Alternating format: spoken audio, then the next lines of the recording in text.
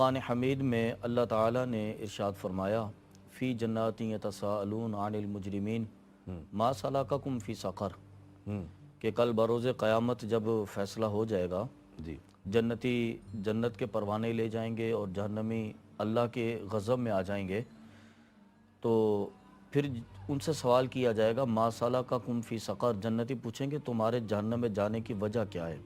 صحیح۔ اب چونکہ سلسلہ تو بڑا طویل ہے نا، وہ بنیادی پوائنٹ ذکر کریں گے۔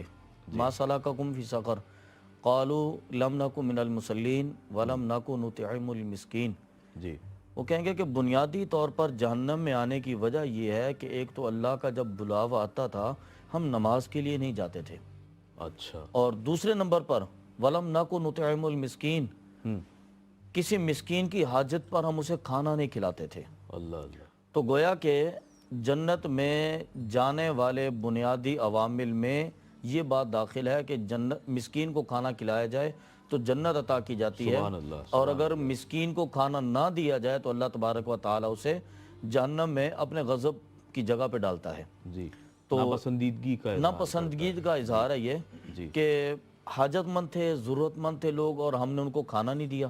صحیح۔ اور غربا پر، یتیموں پر، مسکینوں پر صدقہ کرنا، اللہ کی راہ میں خرچ کرنا، صحیح۔ یہ اتنا محفوظ مال ہے جی کہ اس کے بارے میں آپ اندازہ کیجیے۔ حالانکہ اللہ رب العالمین نے انسان کو رزق عطا کیا ہے، وہ چاہے تو یہ دروازے بند بھی کر دے، جی ہاں، چاہے تو کشادہ فرما دے، لیکن اللہ کی راہ میں اگر خرچ کیا جائے نا تو اللہ تبارک و تعالیٰ نے اس کے مال کی حفاظت کے لیے قرآن پاک میں کتنے آسان انداز میں فرمایا۔ اللہ نے فرمایا کہ من ذا الذی یقرض اللہ قرضا حسنا، کون ہے جو اللہ تبارک و تعالیٰ کو قرض حسنہ عطا فرمائے گا۔ اللہ اکبر۔ حالانکہ دیکھیے اللہ کے نام پر ہم نے جو خرچ کیا ہے، اللہ کو قرض دینا، قرض کی اس کو قرض کے ساتھ تشبیہ اس لیے عطا فرمائی ہے کہ بندہ جب اللہ کے نام پر خرچ کرتا ہے نا تو ذہن میں اگر ایک تصور آئے کہ میں نے اب اللہ کے نام پر خرچ کر دیا، وہ محنت کی کمائی جو میں نے بڑی مشقت سے پیسے حاصل کیے تھے، اب وہ میں نے کسی اور کے نام پہ خرچ کر دیے، تو اللہ تبارک و تعالیٰ نے اسے قرض سے تشبیہ دی۔ فرمایا کہ جیسے تم کسی کو قرض دیتے ہو اور وہ تمہارا مال محفوظ ہوتا ہے، تمہارے اپنے اختیار اور تمہارے تسلط میں ہوتا ہے، تو گویا کہ تم نے یہ مال مجھے قرض عطا کیا ہے۔ یہاں بگاڑ یہاں پیدا ہوتا ہے کہ ہم یہ سمجھتے ہیں کہ ہم نے اگر کسی کی مدد کی ہے، وہ خواہ کتنی ہی چھوٹی مدد ہو، لیکن ہم یہ سمجھتے ہیں بہت بڑا احسان ہماری طرف سے کر دیا گیا اور اب تو ہم پر جنت جو ہے وہ ہم واجب ہو ہی گئی، ہے، بس ہم جنت کے مالک بھی ہو گئے، مختار بھی ہو گئے۔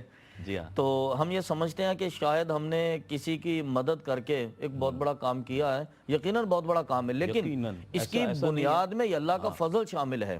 اللہ تبارک و تعالیٰ نے ہمیں منتخب کیا کہ، اور یہ بھی اللہ تعالیٰ کا فضل ہے۔ میں آپ سے یہ عرض کروں کہ دیکھیں، جو لینے والا ہے وہ بھی اللہ کی مخلوق ہے، جو دینے والا ہے وہ بھی اللہ کی مخلوق ہے۔ بے شک۔ تقدیر دونوں کی اللہ رب العالمین کی طرف سے بنائی گئی ہے، لیکن ہم پر یہ اللہ کا احسان ہے کہ اللہ تبارک و تعالیٰ نے ہمیں منتخب کیا کہ ہم دینے والے ہیں۔ جی ہاں، وہ لینے والا بھی تو اللہ کی مخلوق ہے، اور اللہ تبارک و تعالیٰ ہم پر کرم فرماتا ہے کہ ہمیں اس نے اس پائے میں رکھا، اس جگہ پر رکھا، اس مقام پر رکھا کہ ہم اللہ کے فضل سے دینے والوں میں شامل ہیں۔